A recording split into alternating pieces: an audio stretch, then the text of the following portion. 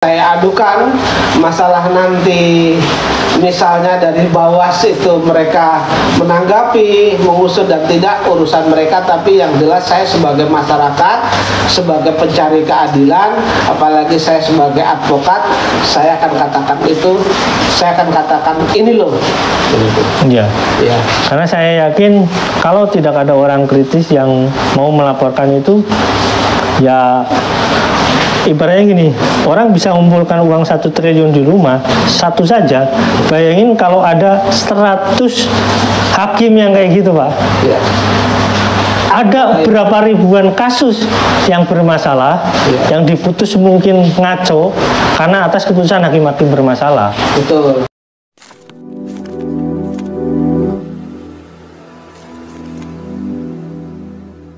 Saya juga membayangkan ketika uang 1 triliun itu, ya, berapa kasus yang mereka, ya pastilah, ya kalau 1 miliar, kalau misalkan 1 miliar satu kasus, saya udah 1.000, Pak. 1.000 kasus kan artinya ya, kalau ada yang misalkan yang 50 juta, 100 juta, itu berapa ribuan kasus? Berapa ribuan kasus, betul. Itu satu orang pegang, Pak. Dan itu tidak mungkin hakimnya sama kan? Iya, jelas. Hakim di pengadilan, di Mahkamah Agung atau di pengadilan mana, tidak mungkin, pasti orangnya akan berbeda. Iya, jelas. Iya. Pasti itu melibatkan banyak personel itu, Pak. Betul. Banyak personel hakim. Makanya kalau masih berani-berani kayak gitu, ya mungkin akan ditindak lebih keras lagi gitu. Makanya ini harapan ya, sebenarnya hukum Indonesia itu harusnya kalau mau mafia hilang 100% nggak mungkin, ya. Tapi ditekan masih ada, harus bikin ketentuan undang-undang yang tegas. Kalau misalnya aparat hukum atau aparat penegak hukum melakukan misalnya suatu kecurangan dan lain sebagainya, yang menurut saya dihukum seberat-beratnya kan begitu. Kalau perlu ada bikin undang-undang baru di DPR, bikin undang-undang pemerintah dengan DPR, bikin undang-undang baru. Kalau memang aparat melakukan seperti itu, ya misalnya suntik mati apa digantung, itu biar dihukum 2 kali lipatnya. 2 kali lipat lah begitu. Jangan seperti sekarang ini ketika mereka ada unsur gratifikasi dan lain sebagainya, hanya dihukum sekian, kemudian di Mahkamah Agung disunat lagi sekian, kemudian menjalani hukuman sekian, keluar, itu mereka ketawa-ketawa gitu. Sebenarnya saya prihatin terhadap keadaan hukum di negara ini ya. Ya, karena korupsi dengan sekian ratus triliun, ada yang cuma 3 tahun. Ya, dan itu pun bukan saya saja ya yang mengatakan seperti itu kan. Profesor Mahfud MD kan juga mengatakan bahwa sudah kronis di negeri ini masalah hukum ini gitu. Ya bayangin aja, Pak, ya saya misalkan orang logikanya gitu, kalau ya saya mau aja dengan dapat uang 100 triliun hartanya nggak dirampas, dihukum 3 tahun. Ya banyak orang yang mau kayak gitu pikirannya. Iya. Walaupun ya saya yakin ya masih banyak orang baik di kepolisian maupun di kehakiman. Iya. Ya cuma mereka ini terkucilkan atau masalahnya. Kalau posisinya kayak gini kan, saya yakin gini ya, ini menyangkut orang terkenal dan bisa menjadi atensi publik. Iya. Tapi masih bisa dimainkan kayak gini gitu, Pak. Iya. Iya. Bagaimana dengan orang-orang kecil itu? Advokat saja yang sudah jelas sering laporkan hakim, sering laporkan aparat yang tidak benar, itu masih dimainkan. Apalagi orang-orang yang kecil yang tidak mempunyai kekuatan, tidak mempunyai pengetahuan. Mungkin banyak juga, mungkin dimainkan juga. Banyak yang dimainkan juga. Ya, kita mudah-mudahan dengan kasus ini juga menjadi pembelajaran buat semua. Mudah-mudahan jadi ibroh, jadi pelajaran. Ketika saya laporkan, ya terserah nanti Badan Pengawasan Mahkamah Agung dan KAI terserah menyikapi hal tersebut. Tapi saya sebagai lawyer, penegak hukum, dan saya sebagai masyarakat pencari keadilan, tetap akan saya sampaikan. Nah gini, Pak, ini menyambung ke kasus Bu Ilis ya. Bu Ilis kan dinyatakan menang ya, Pak ya, secara gugatan. Dan sekarang masuk ke pengadilan tinggi, di mana posisi pengadilan ini saya yakin mereka sedang was-was. Karena mereka saya yakin sedang diintai oleh para kejaksaan ya, Pak ya. Kejaksaan. Mereka kira-kira masih berani nggak kalau main-main? Sementara buktinya, saya bisa pastikan buktinya Bu Ilis ini sangat kuat. Sangat kuat. secara normatif, secara hukum saya dapat membuktikan berkaitan dengan permasalahan ya, berkaitan dengan aliran dana dan lain sebagainya sudah saya buktikan di sana. Dan mereka tidak bisa kan ini kan punya Bu Ilis ini kan bukan cuma sekedar alat bukti, ini kan ada saksi. Betul. Ada saksi. Jadi secara hukum keberadaan saksi itu kan sangat menguatkan. Ya. Jadi alat bukti tertulis saja sudah kuat, kemudian ada saksi yang menguatkan. Nah, ini loh Pak, yang saya sedang pikirkan kayak gini, kalau misalkan mereka memutus NO lagi, ini pikiran Pak Jenny bagaimana? Kalau dia memutus punyanya Bu Ilis ini di NO lagi ya, pemikiran saya pasti ada permainan. Nah, dugaan saya terhadap perkara saya, baik pengadilan tinggi maupun di kasasi Mahkamah Agung, kalau alat buktinya seperti itu, pertimbangan hukumnya seperti itu, pasti ada permainan. Nah, kalau misalkan nanti diputus ternyata seperti punya Pak Jenny di NO kan lagi, saya akan mendorong Bu Ilis sama suaminya dan teman-teman yang bersangkutan ya untuk datang ke DPR untuk melakukan apa ya, ibaratnya kalau kita kan cuma, mereka kan perwakilan kita lah ya. Yeah. Ya kita menyurati untuk bisa dinegosiasi untuk ke KAY.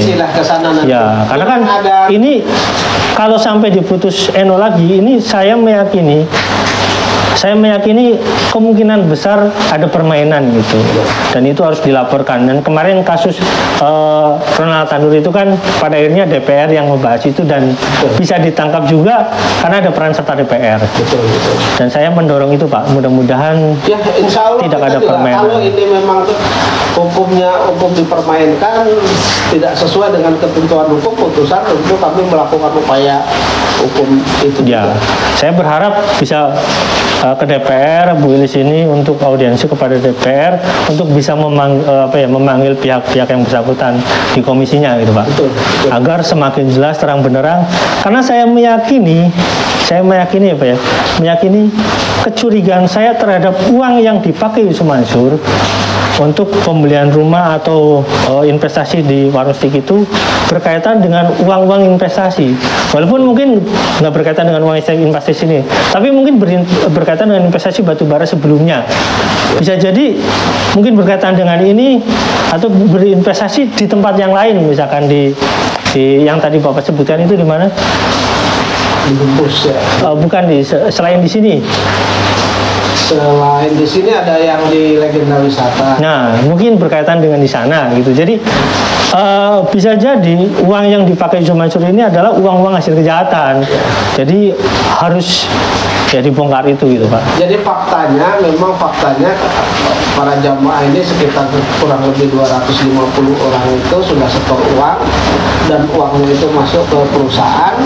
Ketika mereka masuk ke dalam perusahaannya PT Adi Partner Perkasa, ya kita sudah tidak tahu kemana uang. Ya kan PT gini, logikanya gini Pak. Adiansa kan di penjara, dia tidak bisa menikmati uang itu. Betul. Ya. Terus yang menikmati uang itu siapa? Ya. Kalau komisarisnya Yusuf Mansur, di sana yang menempati, yang punya wewenang paling besar di sana ketika direktur di penjara kan komisaris. Ya tentu komisarisnya yang kami menjadi. Iya kan? Iya betul. Yang bisa mencairkan uang itu kan pasti komisaris kalau direkturnya di penjara. Ya. Nah itu jadi pertanyaan. Terus yang menikmati uang kalau bukan komisarisnya siapa? Kan agak mustahil kalau yang menikmati tetangganya gitu Pak. Nggak mungkin. Nggak mungkin kan? Iya. Jadi wajar saja kecurigaan saya itu. Tidak mungkin yang menikmati orang yang di luar perusahaan itu. Iya. Makanya kecurigaan saya itu mengatakan bahwa bisa jadi uang Bu Ilis ini ada nemplok di rumah dia atau di warung steak gitu. Ini kecurigaan saya Pak ya, karena secara logika hukum ketika orang di penjara kan nggak bisa mencairkan uang, gitu. Karena kalau dia mau mencairkan itu prosesnya juga sangat panjang lah, karena dia sedang di penjara, apalagi dengan kasus keperdataan yang berhubungan dengan PT lain. Oke, begitu ya Pak ya. Mudah-mudahan kalau sampai kasus ini memang tidak diproses dengan baik ya, mudah-mudahan saya bisa mendorong teman-teman ini untuk maju ke DPR agar kasus seperti ini bisa di-up lagi dan ya menjadi atensi publik lagi dan bisa membenahi Pak. Ya, dan membenahi saya hukum di kita. memang saya berharap berkali-kali berkaitan dengan kasus-kasus yang berkaitan dengan Yusuf Mansur ini, sebenarnya saya sangat berharap kepada pemerintah Prabowo ini agar juga mengikutilah, setidak-tidaknya membantu kami. Syukur-syukur mereka membuat tim pencari fakta berkaitan dengan korban-korban Yusuf Mansur, kemudian dapat menjajaki Yusuf Mansur itu harta kekayaannya dari mana. Dan saya meyakini juga Pak, selain Yusuf Mansur ini ada orang yang menggunakan agama untuk melakukan kejahatan-kejahatan yang sama. Ya. Karena ada role modelnya Pak. Karena ini kalau ini memang tidak diberantas dan ada yang berani membuka ini, ada yang berani melawan ini akan terus-menerus seperti ini. Iya. Mungkin nanti akan ada Yusuf Mansur berikutnya. Saya yakin. Dan sudah mulai ramai sekarang. Sudah ramai sekarang di media ya Pak ya, sudah ramai di media. Kayak gitu teman-teman, sampai di sini. Nanti mungkin perkembangannya bagaimana, saya menunggu keputusan dari pengadilan yang punya Bu Ilis ini. Nanti perkembangannya bagaimana, saya akan mendorong untuk lebih jauh, lebih dalam kepada yang lebih lebih esensi gitu ya Pak ya. Agar ya kita bisa mengetahui perkembangan ini secara benar, secara baik gitu. Makanya dorongan kita kepada Bu Ilis dan kawan-kawan ini tidak hanya sekedar bikin konten aja sebenarnya. Ini sebagai dokumentasi. Makanya saya tanyakan yang berkaitan dengan 2009, 2007, 2008 itu sebagai dokumentasi Pak. Betul. Maksudnya, oh ini ada faktanya loh, bukan sekedar saya bikin konten. Ini faktanya Yusuf Mansur ngomong begini, ini faktanya Yusuf Mansur ngomong begini, ini media bilang begini. Jadi Yusuf Mansur nggak bisa mengelak lagi, karena bukan omongan saya Pak. Ya. Ini adalah data dari media, ini adalah data resmi dari pemerintahan, misalkan yang saya kumpulkan. Ini adalah data dari omongan Yusuf Mansur sendiri. Ya. Jadi data itu bisa menjadi bukti nanti ke depannya. Dan saya nggak asal ngomong. Kenapa sampai sekarang teman-teman yang di sini nggak bisa Yusuf Mansur nggak mau nyentuh pun, kalau menyentuh malah tambah panjang masalahnya gitu. Karena saya punya video ribuan Pak. Gitu ya. Oke teman-teman, sampai sini jangan lupa like, subscribe dan komen, jangan lupa juga share. Wassalamualaikum warahmatullahi wabarakatuh. Bye.